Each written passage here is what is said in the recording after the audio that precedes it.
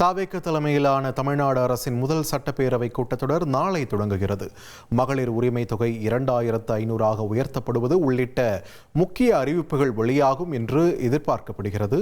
இது தொடர்பான விரிவான தகவல்களை வழங்க இணைகிறார் எமது செய்தியாளர் Baskaran. Over to you Bhaskaran.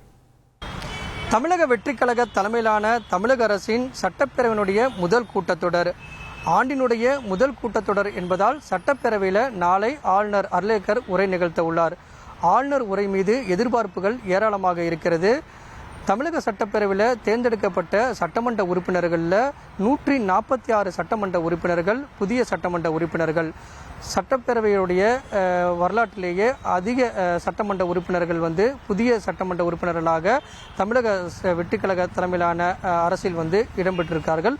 அதே நேரத்தில் புதிய சட்டமன்ற உறுப்பினர்களுக்கும் 2 நாள் பயிற்சிகள் என்பது வழங்கப்பட்டிருக்கிறது. பேரவையில் புதிய சட்டமன்ற உறுப்பினர்கள் எவ்வாறு செயல்பட வேண்டும், அவை நடவடிக்கைகள் என்ன, புதிய சட்டமன்ற உறுப்பினர்கள் பின்பற்ற வேண்டிய வழிமுறைகள் என்ன, எப்படியெல்லாம் கேள்வி எழுப்ப வேண்டும், துறை சார்ந்த அமைச்சர்கள் எப்படி பதிலளிக்க வேண்டும் என்பது தொடர்பாக அனைத்து விதமான பயிற்சிகளிலும் வழங்கப்பட்டிருக்கிறது எம்எல்ஏக்களுக்கு. இது ஒருபுறம் இருக்க, தமிழக சட்டமன்றத்தினுடைய அவை நடவடிக்கைகள் எல்லாம் நேரலை செய்யப்படுகிறது.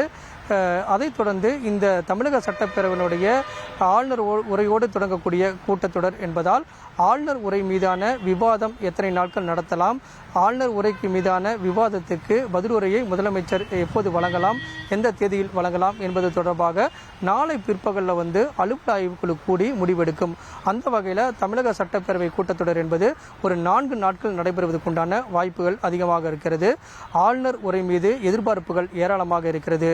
தமிழக வெற்றிக் கழகத்தினுடைய தேர்தல் வாக்குறுதிகளாக 436 வாக்குறுதிகளில் மகளிர் உரிமை தொகை 2500 மாதந்தோறும் வழங்கப்படும் என்ற அறிவிப்பும், அதே நேரத்தில் பேருந்துகளில் பெண்களுக்கு இலவச பயணம், அதே போல பிறந்த குழந்தைகளுக்கு தங்க மோதிரம், 1 சவரன் திருமணத்துக்கான தங்க நகை உள்ளிட்ட பல்வேறு விதமான அறிவிப்புகள் அதிரடியாக தேர்தல் வாக்குறுதிகளாக வழங்கப்பட்டிருக்கிறது.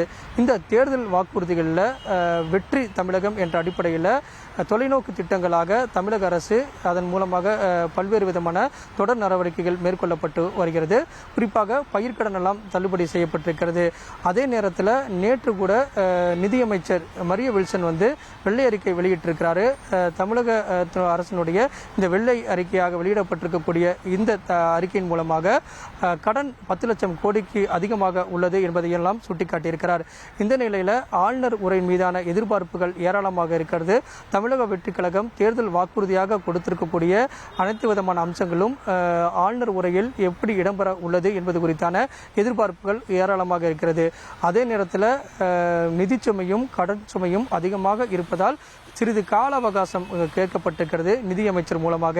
அந்த வகையில் ஆளுநர் உரையில் தமிழக வெற்றிக் கழகத்தினுடைய தேர்தல் வாக்குறுதிகள் குறித்து துறை ரீதியாக என்னென்ன மாதிரி அறிவிப்புகள் வெளியிடப்படும் என்ற எதிர்பார்ப்பு நிலவி வரக்கூடிய நிலையில் எதிர்க்கட்சிகள் தமிழகத்தில் நிலவக்கூடிய பாலியல் குற்றங்கள், சட்ட ஒழுங்கு பிரச்சனைகள் எல்லாம் எழுப்ப திட்டமிட்டிருக்கிறார்கள். இதன் காரணமாக தமிழக சட்டமன்றத்தில் எதிர்க்கட்சிகள் பல்வேறு விதமான பிரச்சனைகளை எழுப்ப திட்டமிடும் போது அதற்குரிய பதில்களை துறை சார்ந்த அமைச்சர்கள் வழங்குவதற்குண்டான பல்வேறு விதமான ஆலோசனைகளும், அதே நேரத்தில் எதிர்க்கட்சியினுடைய கேள்விகளுக்கு துறை சார்ந்த அமைச்சர்கள் பதிலளிக்கவும் தயாராக இருக்கிறார்கள். இதன் காரணமாக நாளை தொடங்கப்படக்கூடிய ஆளுநர் உரை தொடங்க உள்ள தமிழக சட்டப்பேரவையினுடைய கூட்டத்தொடர் என்பது பரபரப்புக்கு பஞ்சம் இருக்காது. பல்வேறு விதமான பிரச்சனைகளை எதிர்க்கட்சிகள் எழுப்ப திட்டமிட்டிருக்கிறார்கள். அதை எதிர்கொள்ள தமிழக வெற்றிக் கழகத்தினுடைய அமைச்சர்களும் சட்டமன்ற உறுப்பினர்களும் தயார் நிலையில் இருக்கிறார்கள் அப்படிங்கிறது தான் தற்போதைய தகவலாக உள்ளது. இனி செல்லும் இடமெல்லாம் செய்தி. தந்தி டிவியின் வாட்ஸ்அப் சேனலை ஃபாலோ பண்ணினா செல்ல இருக்கும் இடமெல்லாம் செய்தி.